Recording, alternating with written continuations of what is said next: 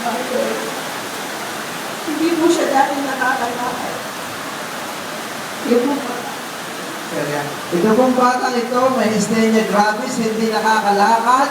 Ngayon po ay naglalakad na at naglalaro na sa pagdaladala at pagdadasal dito sa Monte Maria. Ito pong batang ito ay hindi naglalakad dati.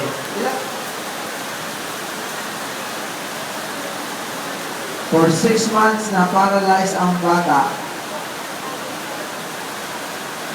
Father Kabasilan, Mindanao. Ito naman po ay si Father Angel Pusikit ng Tagalipa. At si Father Bon, si Father Hector, at si Father Javi.